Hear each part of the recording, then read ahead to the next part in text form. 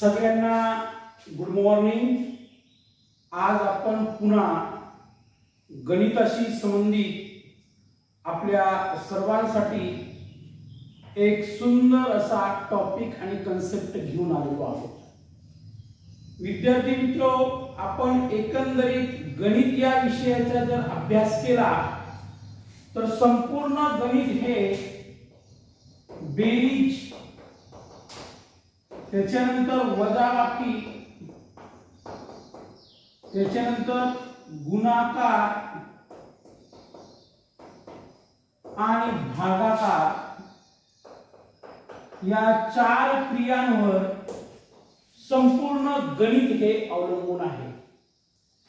मग गणिताच्या या चारही संकल्पना जर आपल्याला समजून घ्यायची असतील तर बेरजेचे चिन्ह ह्या पद्धतीचे असतं, वजाबाकीचे चिन्ह या प्रकारे असतं, गुणाकाराचे चिन्ह या प्रकारे असतं आणि भागाकाराचे चिन्ह या प्रकारे असतं। बरोबर आहे? हे तर आपल्याला एक बेसिक स्वरूपात माहिती आहे। मग बेरजेमध्ये नेमकं काय होतं? बेरजेमध्ये एक संख्या दुसऱ्या संख्येमध्ये मिसळली जाते किंवा मिळवली जाते। वजाबाकीमध्ये काय? एखाद्या संख्येतून एखादी संख्या वजा करणे किंवा त्याला उणे करणे असे म्हणतात, म्हणजे वजाबाकी। आणि गुणाकार म्हणजे काय? एखाद्या संख्येची पुन्हा पुन्हा बेरीज करणे। म्हणजे जेव्हा एखाद्या संख्येची आपण पुन्हा पुन्हा बेरीज करतो म्हणजे अप्रत्यक्षरित्या त्या संख्यांचा आपण गुणाकार करतो। आणि भागाकार म्हणजे काय? एखाद्या संख्येमधून पुन्हा पुन्हा उणे करणे, पुन्हा पुन्हा कमी करणे किंवा समान वाटणी करणे म्हणजे भागाकार होय। म्हणजे आपल्याला गणित जर समजून घ्यायचं असेल तर बेरीज, वजाबाकी, गुणाकार आणि भागाकार या संकल्पना समजून घेणं फार महत्त्वाचं आहे। आता समजा जर आपण बेरजेचा विचार केला तर आपण एक साधी बेरीज घेऊ। साध्या बेरजेचे एक उदाहरण घेऊ आपण की 2 + 3 ही झाली बेरजेची आडवी मांडणी। ही झाली बेरजेची आडवी मांडणी आहे।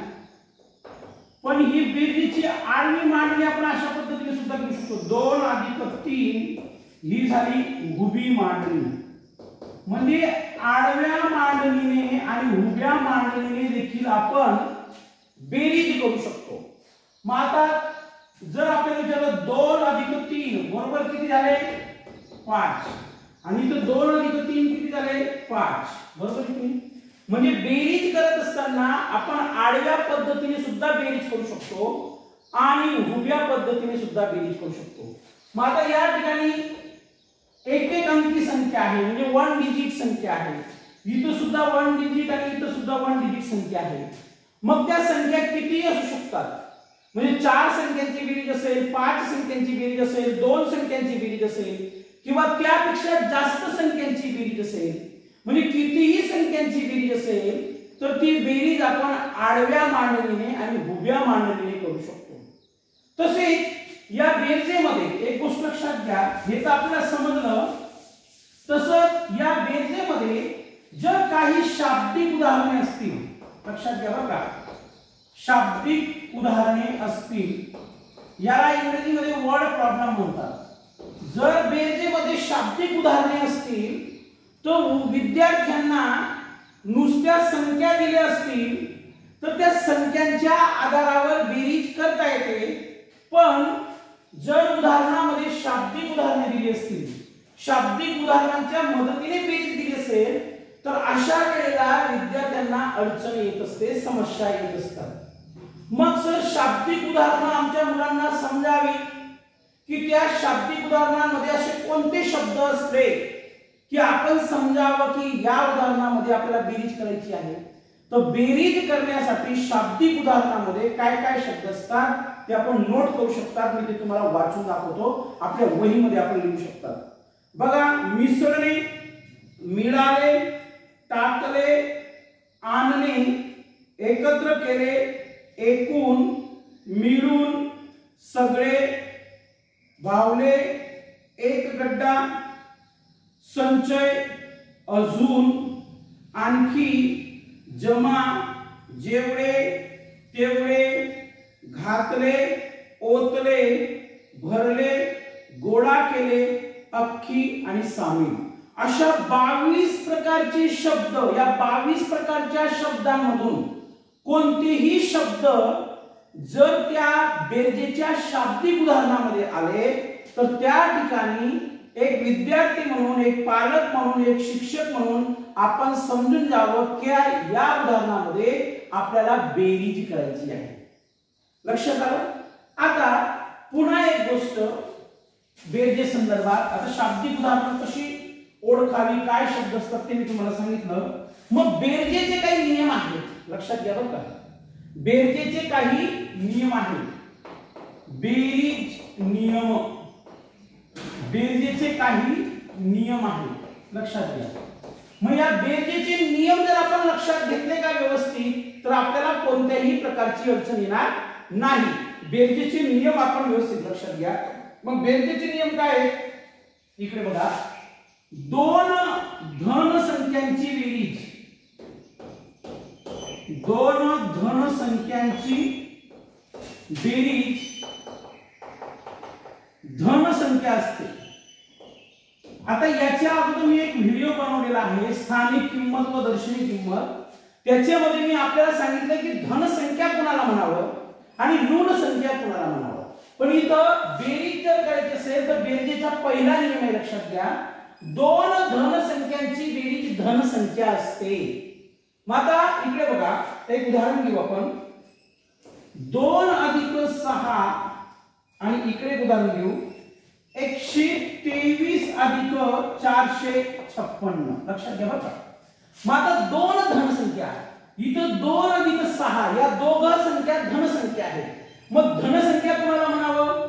या 2च्या अगोदर बेरजेचे चिन्ह आहे आणि या 6च्या अगोदर पण बेरजेचे चिन्ह आहे.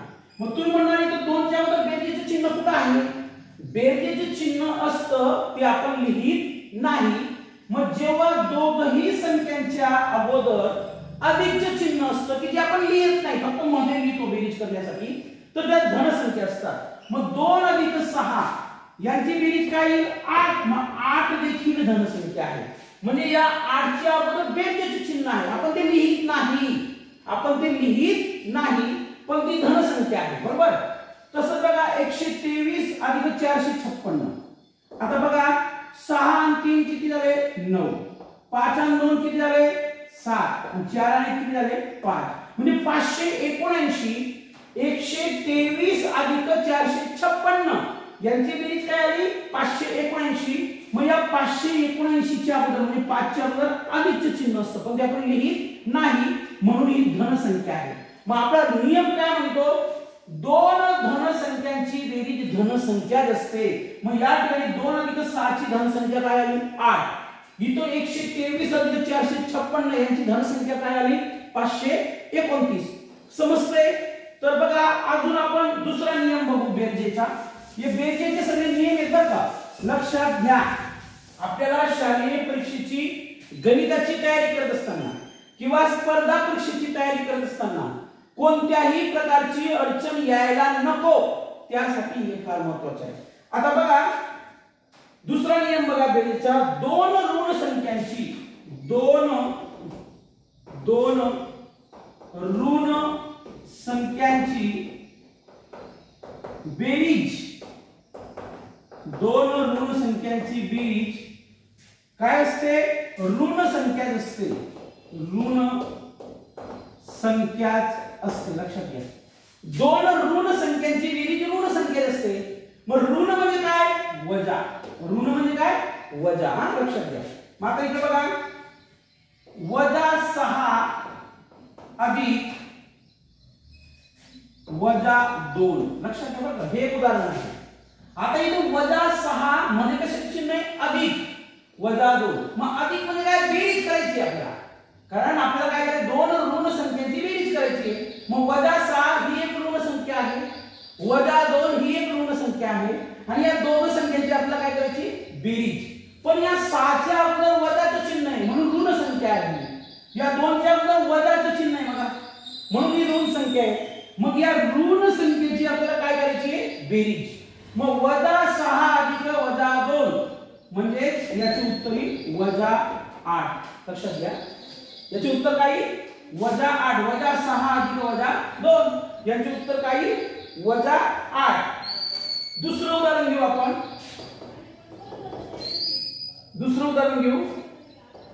-123 अधिक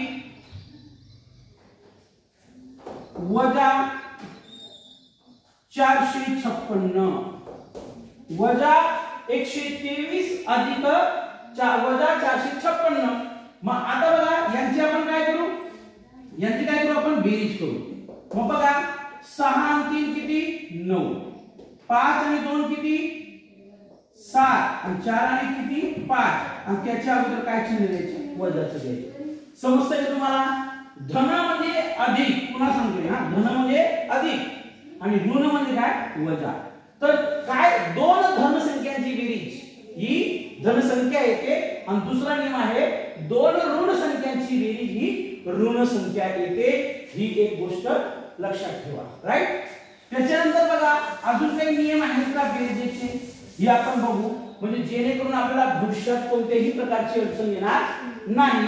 बघा समजा एक धन संख्या असेल, लक्षात घ्या बरं का, एक धन संख्या असेल आणि एक ऋण संख्या असेल. हा लक्षात घ्या बरं का, एक धन संख्या असेल, मी काय केले, एक धन संख्या आणि एक ऋण संख्या असेल, तर अशा वेळेला बेरीज काय करावी, बेरीज कशी करावी किंवा बेरजेचा नियम काय आहे. तर लक्षात घ्या, एक धन संख्या असेल व एक ऋण संख्या असेल तर प्रथम या चिन्हांचा विचार न करता, लक्षात घ्या बरं का, त्यांची वजाबाकी करावी. काय करावी, वजाबाकी करावी. आणि वजाबाकी केल्यानंतर मोठ्या संख्येचं चिन्ह उत्तराला द्यावं. वजाबाकी केल्यानंतर मोठ्या संख्येचं चिन्ह कशाला द्यावं, उत्तराला द्यावं. बघा 9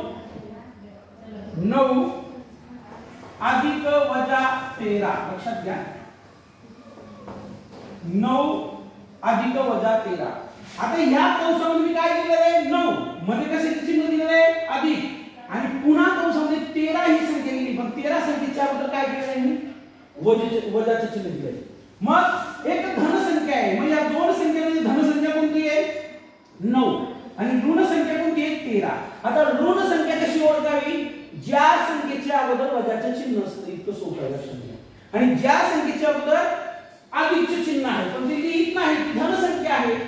मग 9 अधिक -13 यांची जर बेरीज करायची असेल, आता बेरीज का म्हणतोय मी, कारण मध्ये कशाचे चिन्ह आहे, बेरजेचं, म्हणून आपल्याला बेरीज करायची आहे. मग 13 मधून 9 गेले किती, 13 मधून 9 गेले किती, उरले मला सांगा बरं, 4. मग 4 उरले किती, मग हे 4 लिहिलं, पण या 4 ला प्रश्नामध्ये मोठ्या संख्येचं चिन्ह द्यायचं. मग 9 आणि 13 यापैकी मोठी संख्या कोणती आहे, 13, म्हणजे -4 उत्तर याचं. कळलं का तुम्हाला, समजतंय का? तर जर एक धन संख्या असेल आणि एक ऋण संख्या असेल, या संख्यांची बेरीज केल्यानंतर मोठ्या संख्येतून लहान संख्या काय करावी, वजा करावी आणि मोठ्या संख्येचं चिन्ह उत्तराला द्यावं, असं मला म्हणायचं आहे. तर -4 राईट. कळलं का? आता बघा इकडे पुढे, मग हे होते बेरजेचे नियम. आता आपण काय करू, वजाबाकीचे नियम. बघा लक्षात घ्या. मग आता वजाबाकी बघू आपण. वजाबाकी, मग या वजाबाकीचा अर्थ काय होतो, वजाबाकीचा अर्थ होतो कमी करणे, म्हणजे संख्यांमधून संख्या कमी करणे. किंवा या वजाबाकीला म्हणतात उणे. काय म्हणतात, उणे म्हणजे कमी करणे म्हणजे उणे. मग आता समजा 7 - 5 आणि 7 - 5. आता वजाबाकीची ही आडवी मांडणी आहे. बघा वजाबाकीची कोणती मांडणी आहे, आडवी मांडणी आहे. आणि ही वजाबाकीची कोणती मांडणी आहे, उभी मांडणी आहे. मग वजाबाकी जर तुम्ही आडवी मांडणी पद्धतीने सोडली तर उत्तर ते येणार आहे. वजाबाकी तुम्ही जर उभ्या मांडणीच्या पद्धतीने सोडली तर उत्तर ते येणार आहे. मग 7 - 5 म्हणजे किती बरोबर 2 आणि 7 - 5 म्हणजे बरोबर किती 2. मग मी हे का समजवतो आहे कारण की आपल्याला अतिशय बेसिक पासून समजून घ्यायची म्हणजे आपल्याला कोणत्याही प्रकारची अडचण नको. राईट. मग जसं बेरीज आडवी मांडणीने आणि उभी मांडणीने करतात तसंच वजाबाकी देखील उभी मांडणी आणि आडवी मांडणीने करतात. बरोबर.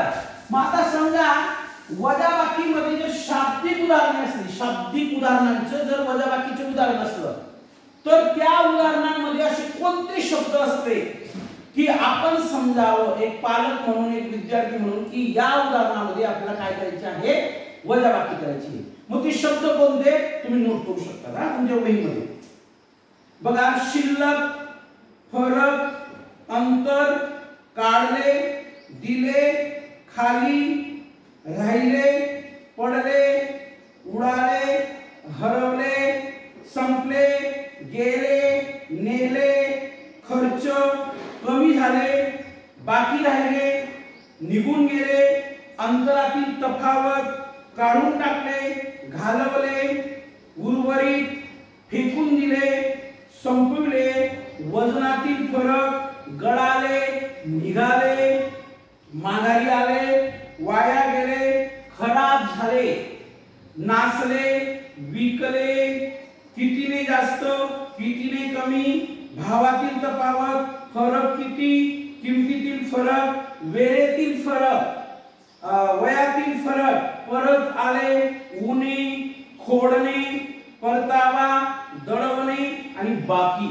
हे 43 प्रकारच्या शब्दांपैकी कोणताही शब्द वजाबाकीच्या शाब्दिक उदाहरणामध्ये असला तर आपण समजून घ्यायचं त्या वजाबाकीच्या शाब्दिक उदाहरणामध्ये आपल्याला बेरीज करायची नसून गुणाकार करायचा नसून भागाकार करायचा नसून आपल्याला फक्त आणि फक्त वजाबाकी करायची आहे.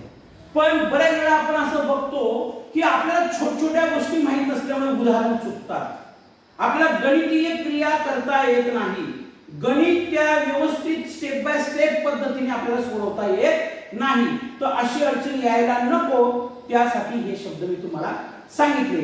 मग जसं आपण बेरजेचे नियम पाहिले मग तसे काही वजाबाकीचे नियम आहेत का म्हणजे वजाबाकीसाठी सुद्धा काही नियम आहेत का ते आपण बघू. तर बघा वजाबाकीचे नियम बघा की धन व ऋण संख्यांची वजाबाकी लक्षात घ्या बरं का. धन व ऋण संख्यांची वजाबाकी जेव्हा संख्यांची चिन्हे विरुद्ध असतात. मग संख्यांची चिन्ह विरुद्ध असतात म्हणजे काय बेरीज असेल तर इकडे काय असेल वजाबाकी किंवा इकडे वजाबाकी असेल तर इकडे काय असेल बेरीज. मग बेरीजच्या विरुद्ध संख्या कोणती बेरीजच्या विरुद्ध चिन्ह कोणतं आहे वजाबाकी किंवा वजाबाकीच्या विरुद्ध चिन्ह कोणतं आहे बेरीज. कळतंय समजतंय तुम्हाला. मग बघा जेव्हा दोन विरुद्ध संख्यांची चिन्ह असतील अशा वेळेला लक्षात घ्या बरं का अशा वेळेला काय करायचं त्यांची वजाबाकी करून मोठ्या संख्येचं चिन्ह उत्तराला द्यावं. त्यांची वजाबाकी करून मोठ्या संख्येचं चिन्ह उत्तराला द्यावं. आता कसं बघा -4 अधिक 7 -4 अधिक 7 मग इथं एक -4 आहे इथं अधिक 7 आहे. मग काय करायचं की यांची वजाबाकी करायची. आणि वजाबाकी केल्यानंतर मोठ्या संख्येचं चिन्ह द्यायचं. मग या 7 मधून 4 कमी करा. 7तून 4 गेले किती 3 म्हणजे त्याचे उत्तर काय 3. मग मोठ्या संख्येचं चिन्ह आपण इथं देतो आधी पण ते आपण लिहित नाही. समजतंय. दुसरं एक उदाहरण घेऊ आपण तुम्हाला समजलं नसेल का. 4 - 7 पुन्हा 3 लक्षात घ्या बरं का. त्याच्यानंतर -2 अधिक 5 मग 5तून 2 गेले किती 3 पण या दोघांपैकी मोठी संख्या कोणती आहे 5 म्हणून 5चे चिन्ह आपण इथं देत नाही म्हणजे याचे उत्तर काय 3 बरोबर. त्याच्यानंतर बघा 2 - 5 म्हणजे किती 3 येतंय का लक्षात. हा मग आता इथं बघा एक वजा आहे एक अधिक आहे. इथं फक्त वजा आहे म्हणजे साधी वजाबाकी आहे. इथं एक -2 आहे अधिक 5 आहे. बरोबर, ही पण एक साधी वजाबाकी, तर 2 आहे वजा 5 आहे. म्हणजे सांगण्याचा अर्थ असा आहे की चिन्ह कोणती आहे ती चिन्ह जर आपण व्यवस्थित लक्षात ठेवली तर आपल्याला त्या गणितीय क्रिया करत असताना कोणत्याही प्रकारची अडचण येणार नाही. मग वजाबाकीचा अजून काही दुसरा नियम आहे का आपण बघू. वजाबाकीचा अजून काही दुसरा नियम आहे का आपण बघू. बघा, दोन्ही संख्यांची चिन्हे सारखी असल्यास म्हणजे दोन्ही धन किंवा ऋण असतील तर दोन्ही संख्यांची बेरीज करावी व संख्यांचे जे चिन्ह असेल तेच चिन्ह उत्तरास द्यावे. कळलं का. आता बघा, 6 अधिक 4 म्हणजे बरोबर किती हो 10. बरोबर. त्याच्यानंतर वजा 6 वजा 4 लक्षात ठेवा का. या वरच्या उदाहरणामध्ये 6 अधिक 4 म्हणजे किती 10. पण इथं वजा 6 आणि वजा 4 म्हणजे काय म्हणजे ऋण ऋण धन होतं. मग काय होईल याचे उत्तर काय होईल बघा. याचं उत्तर येईल 10. काय येईल याचे उत्तर 10. 10 उत्तर आलं पण आपण मोठ्या संख्येचं चिन्ह याला द्यायचं. मग मोठी संख्या कोणती 6. मग 6 च्या अगोदर चिन्ह कोणते वजा म्हणून वजा 10. समजतंय का. बघा अजून काही नियम आहे का आपण बघू हा की त्याच्यानंतर दोन्ही संख्यांची चिन्ह वेगवेगळी असतील. दोन्ही संख्यांची चिन्ह वेगवेगळी असतील तर एक धन किंवा ऋण तर चिन्हांचा विचार न करता प्रथम लहान संख्या वजा करावी व मोठ्या संख्येचे चिन्ह असेल तेच येणाऱ्या उत्तरास द्यावे. मग आता बघा 6 वजा 4 म्हणजे किती हो 2. मग आता मोठी संख्या कोणती आहे 6 पण याच्यावर बेरीजचे चिन्ह आहे पण आपण देतो का नाही. 6 वजा 4 म्हणजे काय 2. त्याच्यानंतर बघा वजा 6 अधिक 4 मग 6 आणि 4 किती सॉरी वजा 6 अधिक 4. मग या मोठ्या संख्येतून लहान संख्या काय करावी वजा. मग 6 म्हणून 4 गेले म्हणजे किती 2. पण आपल्याला काय सांगितलंय की दोघं संख्या चिन्ह जर वेगवेगळी असतील तर उत्तराला मोठ्या संख्येचं काय द्यावं चिन्ह. मग मोठी संख्या कोणती 6 म्हणजे वजा 2. बरोबर आहे की. मग आपल्याला आपण बेरजेचे नियम काय असतात वजाबाकीचे नियम काय असतात ते आपण समजलो. मग आता गुणाकार काय असतो बघा लक्षात घ्या बघा. गुणाकार काय असतो. आता गुणाकार विषयी आपण माहिती बघू थोडी. गुणाकार काय असतो. गुणाकार म्हणजे काय एखाद्या संख्येची पुन्हा पुन्हा केलेली बेरीज. एखाद्या संख्येची पुन्हा पुन्हा केलेली बेरीज. बेरीज म्हणजेच गुणाकार. कळलं का. आता लक्षात घ्या की 2 गुणिला 4 ही झाली आडवी मांडणी.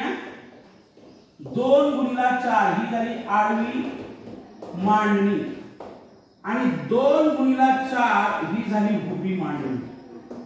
आता एक गोष्ट इथं आवर्जून लक्षात ठेवा. बेरीज असो वजाबाकी असो गुणाकार असो किंवा भागाकार असो या गणिताच्या चारही क्रिया आपण उभ्या मांडणीने आणि आडव्या मांडणीने करू शकतो. ही बेसिक गोष्ट लक्षात घ्या. राईट. मग 2 गुणिला 4 म्हणजे किती 8 आणि इथे 2 गुणिला 8 2 गुणिला 4 म्हणजे किती 8. ही आहे उभी मांडणी आणि ही आहे आडवी मांडणी. समजलं का. राईट. मग तुम्ही म्हणाल की सर गुणाकाराच्या शाब्दिक उदाहरणामध्ये म्हणजे वर्ड प्रॉब्लेम मध्ये बरं का गुणाकाराच्या शाब्दिक उदाहरणामध्ये असे काय शब्द आले की ज्या शब्दांच्या मदतीने आम्ही समजून घ्यावं किंवा आम्ही अंदाज लावावा की ह्या उदाहरणामध्ये गुणाकार करायचा आहे. तर लक्ष द्या नोट करा शब्द. ओळी रांगा रुपये पट गट टप्पा किती वेळा एकावरून अधिकांची किंमत जोड्या त्याच्यानंतर टक्के गटाची पुनरावृत्ती आणि गुणने अशा प्रकारचे शब्द जर त्या उदाहरणामध्ये शाब्दिक स्वरूपात आले समजून घ्यायचं ते उदाहरण गुणाकाराचे आहे. बरोबर. आता इकडे बघा त्याच्यानंतर मग आता गुणाकारामध्ये गुणाकाराचे काही नियम आहेत का इकडे बघा. 2 धन संख्यांचा गुणाकार लक्षात ठेवा का. 2 धन संख्यांचा गुणाकार माझ्या शब्दाकडे लक्ष द्या बरं का. 2 धन संख्यांचा गुणाकार धन संख्या असतो. 2 धन संख्यांचा गुणाकार हा धनसंख्या असतो. मग धनसंख्या म्हणजे काय हे मी पुन्हा पुन्हा तुम्हाला सांगितलेलं आहे, पण तरी सांगतो बघा. धनसंख्या म्हणजे काय? आता एक उदाहरण आहे 7 गुणिला 4 हे दोघं धनसंख्या आहेत. म्हणजे इथं गुणाकाराचं चिन्ह जरी असलं पण या 7 च्या अगोदर बेरजेचं चिन्ह असतं किंवा या 4 च्या अगोदर बेरजेचं चिन्ह असतं, पण ते बेरजेचं चिन्ह आपण लिहित नाही. मग 7 गुणिला 4 म्हणजे किती हो? 28. लक्षात घ्या बरं. त्याच्यानंतर अजून दुसरं एक उदाहरण घेऊ. 5 गुणिला 6 5 30. अजून एक उदाहरण घेऊ. 6 गुणिला 5 6 पंचे 30. मग या 5 च्या अगोदर बेरजेचे चिन्ह आहे, या 6 च्या अगोदर पण बेरजेचे चिन्ह आहे, या 6 च्या अगोदर पण बेरजेचे चिन्ह आहे, या 5 च्या अगोदर पण बेरजेचे चिन्ह आहे. पण ते बेरजेचे चिन्ह धन स्वरूपात आपण लिहित नाही, पण वजाबाकीचे चिन्ह असेल तर आपल्याला लिहावं लागतं. हा, मला वाटतं ही कन्सेप्ट तुम्हाला क्लिअर झाली. दोन धनसंख्यांचा गुणाकार काय असतो? धनसंख्या असतो. आता याच्यानंतर अजून काही नियम आहे का गुणाकाराचा? पुढचा आपण बघू. बघा, दोन ऋण संख्यांचा गुणाकार धनसंख्या येतो. लक्षात घ्या बरं का. दोन ऋण संख्यांचा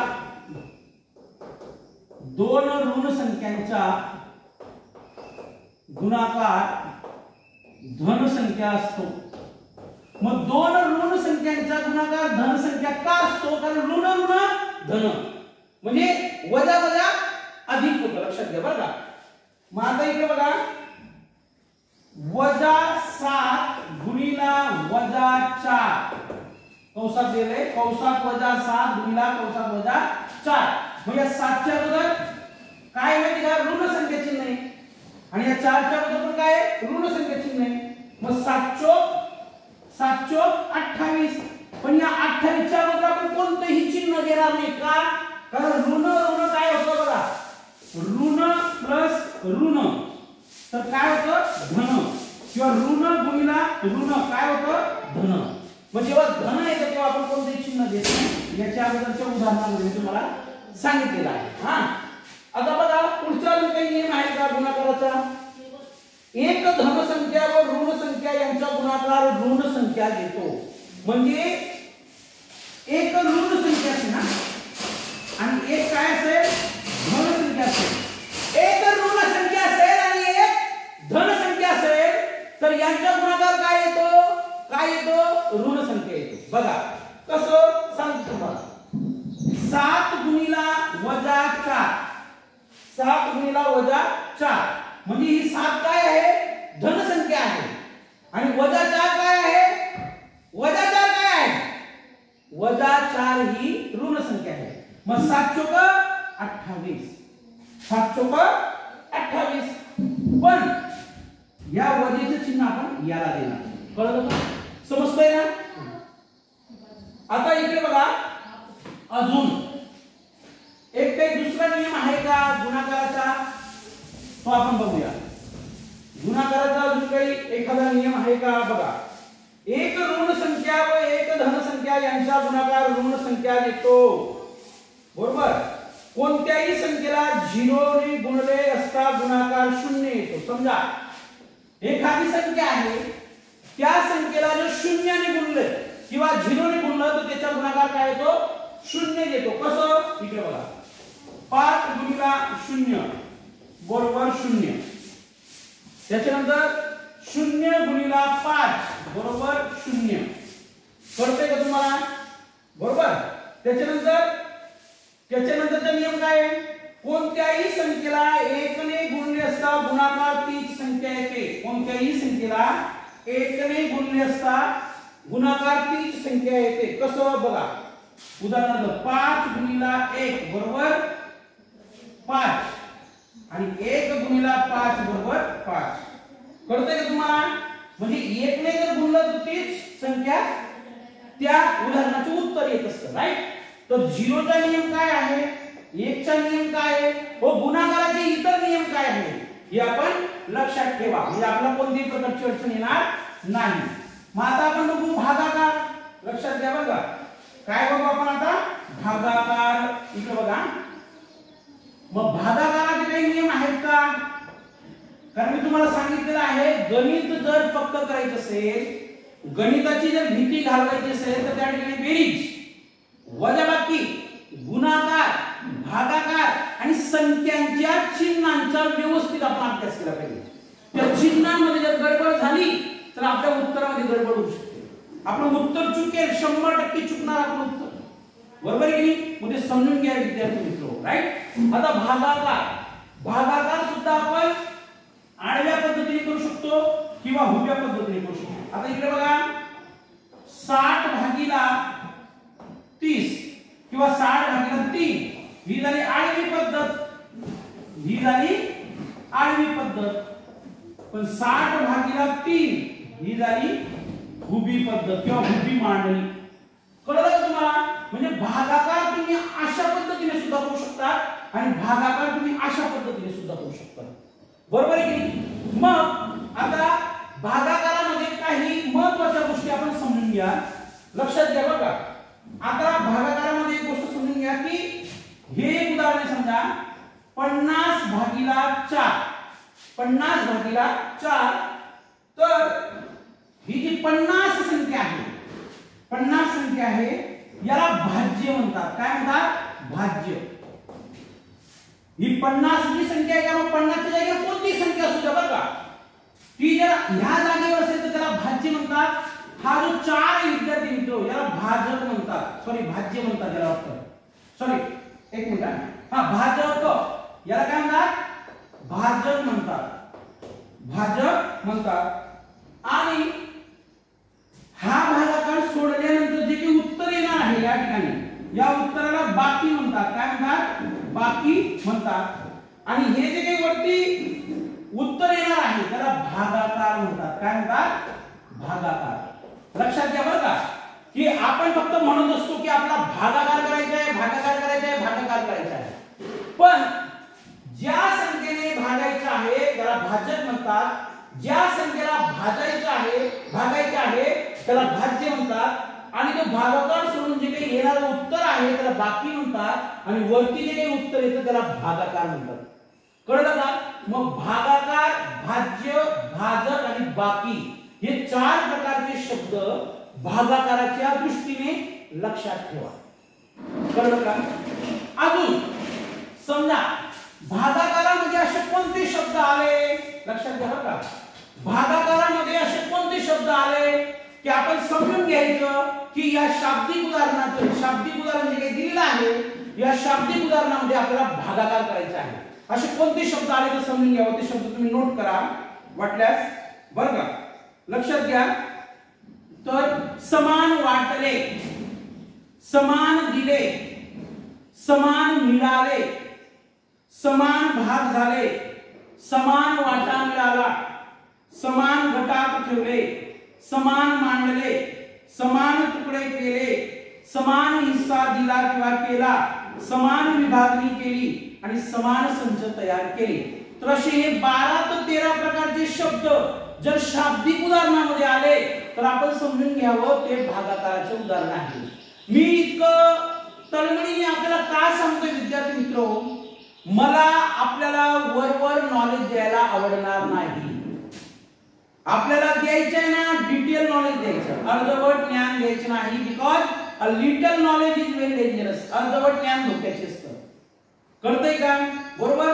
तर आता इकडे लक्ष द्या. मग भागाकाराचे पण काही नियम आहेत का? आता बघा 2 धन संख्यांचा भागाकार धन संख्या येतो. 2 धन संख्यांचा भागाकार धन संख्या येतो. मग कसा येतो हे बघा. 8 भागीला 2.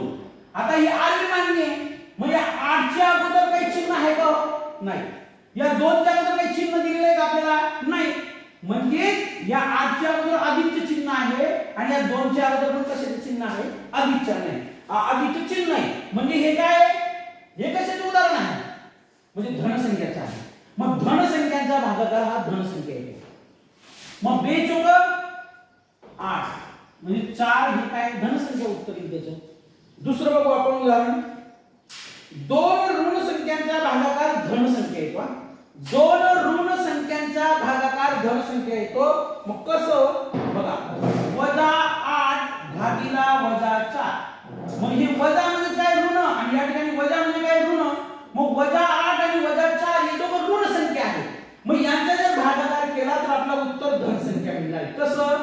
4 आहे तर 4, 4 2 8 म्हणजे 2 उत्तर येईल त्याच्यावर. काय येईल त्याचे उत्तर? 2 येईल. राईट. त्याच्यानंतर एक धन व एक ऋण संख्यांचा भागाकार, एक धन व एक ऋण संख्यांचा भागाकार ऋण संख्या देतो. कसं? बघा उदाहरण अधिक 8. आता अधिक 8 लिहित नाही आपण, पण आपल्याला समजावं म्हणा. अधिक 8 भागिला 4, अधिक 8 भागिला 4 लक्षात घ्या बरं का. मग अधिक 8 भागिला वजा 4. मग वरती वजाचं चिन्ह आहे, तसं वजा लिहित नाही आपण, पण अधिक 8 वजा 4. मग 4 आहे 4, 4 2 8, 4 आहे 4, 4 2 8. पण मोठ्या संख्येचं चिन्ह आपण त्याला लिहिणार नाही, म्हणजे काय? वजा 2. कळलं का? कळलं. त्याच्यानंतर कोणत्याही संख्येला 1 ने भाग दिल्यास, लक्ष द्या बरं का, कोणत्याही संख्येला 1 ने भाग दिल्यास भागाकार तीच संख्या येते. म्हणजे बघा 5 भागिला 1 बरोबर किती? 5. बरोबर. त्याच्यानंतर कोणत्याही संख्येला 0 ने भाग देणे ही क्रिया अर्थहीन आहे, म्हणजे त्याच्यातून काही निष्पन्न होत नाही, आपल्याला काही रिझल्ट मिळत नाही. त्याच्यानंतर कोणत्याही संख्येने 0 ला भाग दिल्यास भागाकार 0 येतो. म्हणजे समजा 0 भागिला 5 तर काय येईल? 0. 0 भागिला 8 तर काय येईल? 0. कळतंय तुम्हाला? तर विद्यार्थी मित्रो, बेरजेचे नियम काय असतात, वजाबाकीचे नियम काय असतात, गुणाकाराचे नियम काय असतात आणि भागाकाराचे नियम काय असतात, किंवा त्यांच्या चिन्हांची ओळख काय असते, तर त्यांची काही उदाहरणं असतील, शाब्दिक उदाहरणांमध्ये कोणत्या प्रकारचे शब्द येतात हे मी तुम्हाला सांगितलेलं आहे. तर हे जर आपल्याला समजलं असेल तर हा व्हिडिओ लाईक करा, शेअर करा, सबस्क्राइब करा आणि बेल आयकॉन या बटनावर क्लिक करायला विसरू नका, जेणेकरून गोरगरीब विद्यार्थ्यांपर्यंत हा व्हिडिओ पोहोचेल आणि त्यांना गणित शिकता येईल. Thank you very much. धन्यवाद.